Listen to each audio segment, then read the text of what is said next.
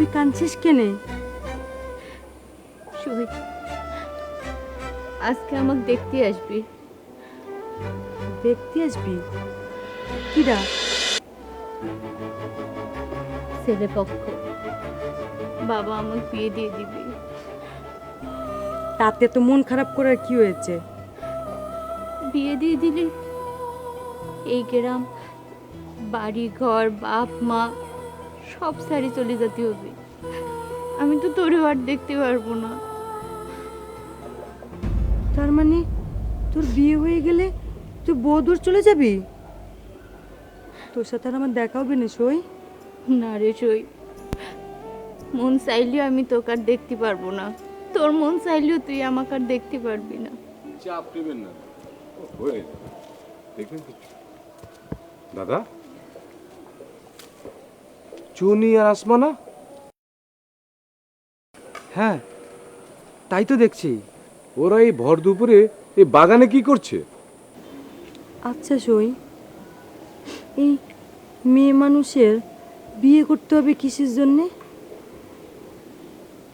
সারা জীবন বাবা মার সাথে থাকা যায় না কেনে? তুই এসব বুঝবি না।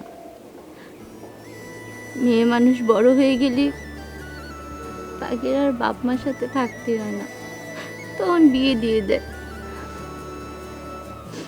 তাহলে পরে আমাকেও আব্বা মা ছেড়ে বহুদূর যেতে হবে? এটাই নিয়ম রে সই। চলো দেখে আসি। হ্যাঁ, চল তো। তুই মন খারাপ করছিস কেন? দেখবি সব ঠিক হয়ে যাবে। কিরে আসমা, তোরা এখানে বসে কি করছিস?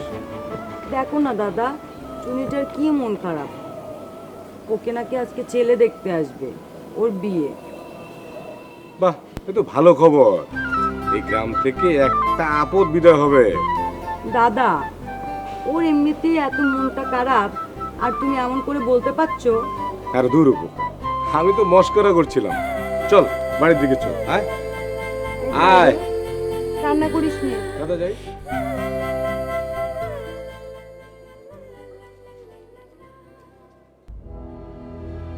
তুমি যে দেখতে আসবে, তুমি তো আমায় কিছু বলনি।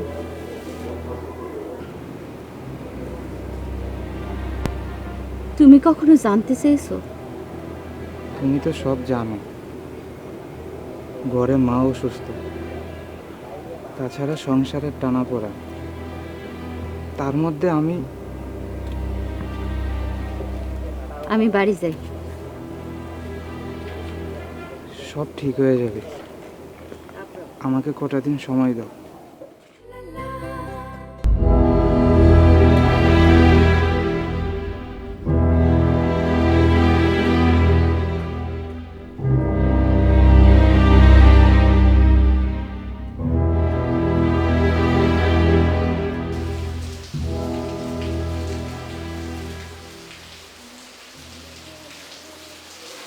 ছোট বউ, এই তো ছোট বউ, বলছি কি না, দুধটা খেয়ে না। দুধ যে আমার খেতে ভালো লাগে না। ও মা, সে কি কথা? শোন, দুধ খেলে শরীর ভালো থাকে, বুঝলে? আর তোমার তো নিজের প্রতি নিজের একটু খেয়াল রাখতে হবে।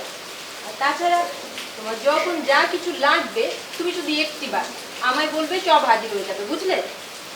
আর তোমাকে কি করতে হবে বলো তো? কি গো? ওই যে আমাদের মেজো বউ, ওর সঙ্গে